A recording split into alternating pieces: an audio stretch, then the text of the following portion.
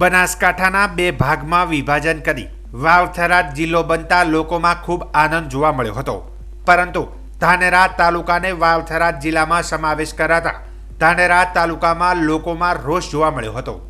આ સમાચારને પ્રસિદ્ધ થયા બાદ ધાનેરામાં સતત 4 દિવસ ધાનેરા હિત રક્ષા સમિતિ તેમજ ધાનેરાના વેપારીઓ, ખેડૂતો, રાજકીય નેતાઓ રોડ પર આવી વિરોધમાં આવી ગયા છે। લોકોનું કહેવું છે કે બનાસકાંઠાએ અમારા માટે અનુકૂળતાવાળો તેમજ બાળકોના અભ્યાસ તેમજ રોજિંદી અવર જવર બધી રીતે અનુકૂળ રહેતો હોવાથી અમને બનાસકાંઠામાં બહાર મૂકવા નહીં, જ્યારે વાવ-થરાદ જિલ્લો અમારાથી ઓહટ પડતો હોવાથી અમારે મુશ્કેલીનો સામનો કરવો પડે તેમ છે।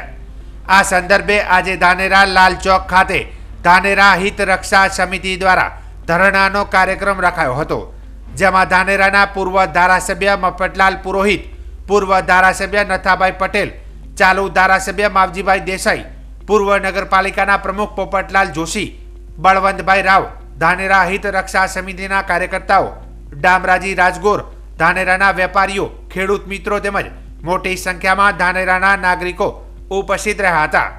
આ પ્રસંગે તમામ આવેલ રાજકીય નેતાઓએ ભાષણ આપ્યું હતું।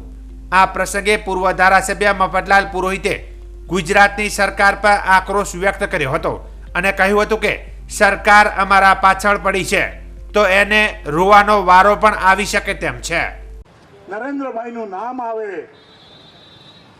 એમને જોઈને આપણને એમ થાય કે ધન્ય છીએ અમે ગુજરાતીઓ કે ગુજરાતની પુણ્યભૂમિમાં આવા પનોતા પુત્રનો જન્મ થયો છે। ત્યાં તમે આજે અમારે તાલુકા માટે રડવો પડે? તમે બેઠા છો ત્યાં, મેં ફોન કર્યો છે, અમિતભાઈને ફોન કર્યો છે, PM ને ત્યાં પણ ફોન કર્યો છે, અમિતભાઈને ત્યાં મેં મેસેજ મારો રેકોર્ડ કરાયો। આવી સામાન્ય બાબતમાં અમારે રડવું પડે ને આજે 80 વર્ષે પહોંચવાના અમે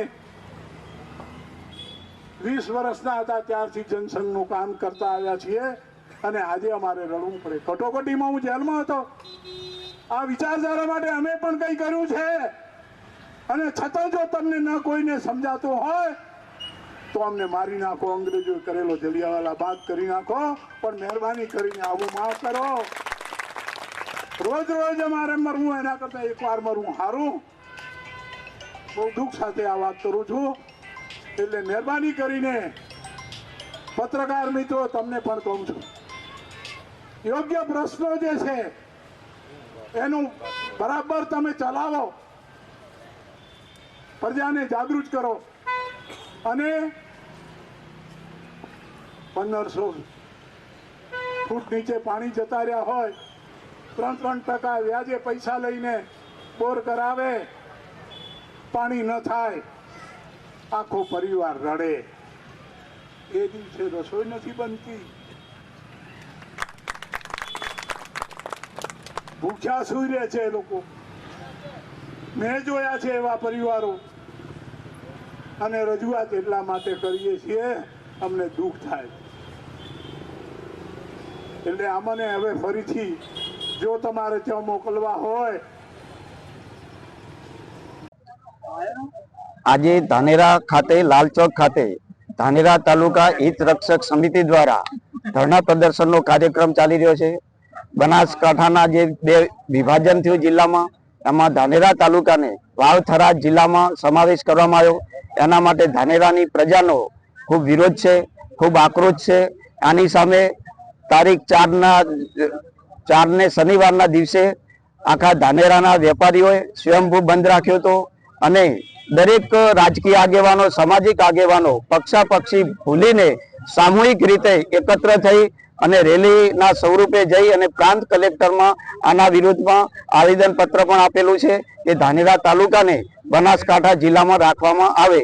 એના પછી સરકાર દ્વારા આના જે ભડકા પડ્યા, અવાજ ગયો, એનાથી સરકાર દ્વારા પણ ત્યાં બોલાવવામાં આવ્યા અને અમારા MLA, પૂર્વ 2 MLA અને બધા અગ્રણીઓ જઈ અને એને રજૂઆત કરી છે। ભૌગોલિક રીતે શું પરિસ્થિતિ છે એ વિશે પણ સરકારને સમજાવવામાં આવ્યું છે અને એના પછી આ ધરણાનો આ જે કાર્યક્રમ છે, અમારી સરકારને એક જ માંગ છે કે ધાનેરા તાલુકાને બનાસકાંઠા જિલ્લામાં સમાવવામાં આવે, નહીં તો આના પછી પણ વધુ ઉગ્ર આંદોલન થશે અને રસ્તા રોકો સુધીનું પણ કાર્યક્રમો થશે એવો પ્રજાનો મત છે.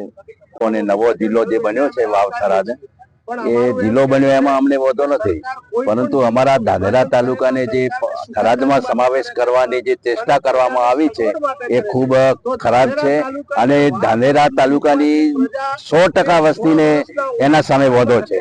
હું ભારતીય જનતા પાર્ટીના કાર્યકર્તા તરીકે આ જ્યારે સર્વપક્ષીય અને બિન રાજકીય જે આ આંદોલન ચાલી રહ્યું છે એમાં હું ઉપસ્થિત છું.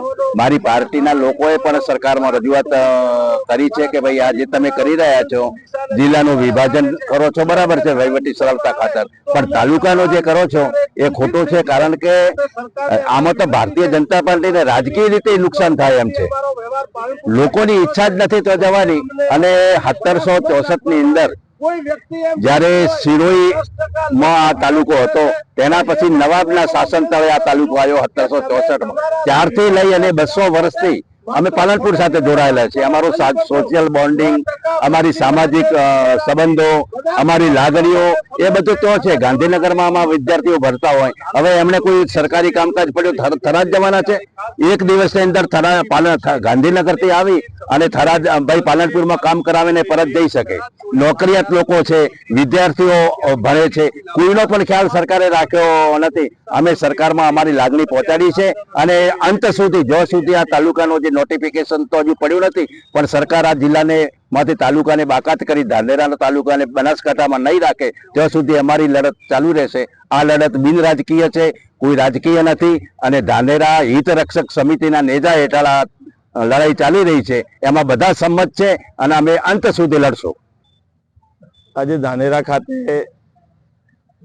ધાનેરા તાલુકાનો સમાવેશ નવા વિભાજનની અંદર જે થરાદ ખાતે કરવામાં આવ્યો છે, એને લઈને અમે સૌ ધાનેરા તાલુકાના સમગ્ર સર્વ સમાજ અને હિત રક્ષક સમિતિ બધા જ આખા તાલુકાના બધા જ લોકો સાથે મળીને જ્યારથી માંડીને થરાદની અંદર જાહેરાત થઈ છે ત્યારથી માંડીને બધા જ લોકો એકી અવાજે અમારે બનાસકાંઠા જૂના જિલ્લામાં જ રહેવું છે એ વાત સાથે બધા લોકોએ એક થઈ અને અગાઉ આખો ધાનેરા તાલુકો શહેર બંધ રાખવાનો પણ નિર્ણય કર્યો. બંધ રાખી અને રેલી સ્વરૂપે પ્રાંત સાહેબને આવેદનપત્ર પણ આપ્યું હતું અને એના પછી સરકારે અહીંથી મુખ્ય આગેવાનોને બધા લોકોને બોલાવી અને અમે રજૂઆત પણ કરી કે ધાનેરા થરાદમાં ન કેમ જોડાવું, એના માટેના જે સચોટ કારણો છે, જે લોકોને પડતી અગવડતા છે, જે ધાનેરા તાલુકાના બધા જ સર્વ સમાજના લોકો દરેકે દરેક લોકો દરેક સમાજો પાલનપુર સાથે વર્ષોથી જોડાયેલા છે. એમની શિક્ષણ સંસ્થા હોય, સમાજની સંસ્થાઓ હોય, હોસ્પિટલના લગતા કામ હોય કે બાકીના કંઈ પણ વહીવટી કામો હોય, એ તમામ વસ્તુ પાલનપુર વચ્ચે આવતું મધ્યમાં સેન્ટર છે ને વર્ષોથી એનો સારી રીતે ઉપયોગ થતો હતો. આ કારણે કરી અને ધાનેરાની પ્રજા બનાસકાંઠા સાથે જોડાઈ રહેવા માંગતા આજે હજુ સુધી કંઈ એનો નિર્ણય ના આવતા આજે છેલ્લા 2 દિવસથી બધા લોકોએ નક્કી કર્યું અને નક્કી કર્યાના ભાગરૂપે આજે ધરણા ઉપર સમગ્ર ધાનેરા તાલુકો શહેર બધા સાથે મળીને આજે બેઠા છીએ. એ માટે કરીને આજે અમારો સવારે 11 વાગ્યાથી માંડી અને 3 વાગ્યા સુધીનો આ પ્રોગ્રામ રાખ્યો છે અને પ્રોગ્રામ અંતર્ગત ખૂબ મોટી સંખ્યાની અંદર સમગ્ર ધાનેરા તાલુકો અને શહેરના સમગ્ર હિતરક્ષક સમિતિ, સર્વ સમાજના લોકો કોઈ પણ પક્ષાપક્ષીથી દૂર રહી અને તાલુકાનું ભલું થાય, તાલુકાના લોકોની સુખાકારીમાં વધારો થાય એ માટે કરીને સમગ્ર તાલુકો એક થઈ અને આજે ધરણા માટેનો પ્રોગ્રામના ભાગરૂપે આજે અમે બધા જ લોકો આપ જોઈ રહ્યા છો એ પ્રકારે શાંતિથી અહીંયા બેઠા છે.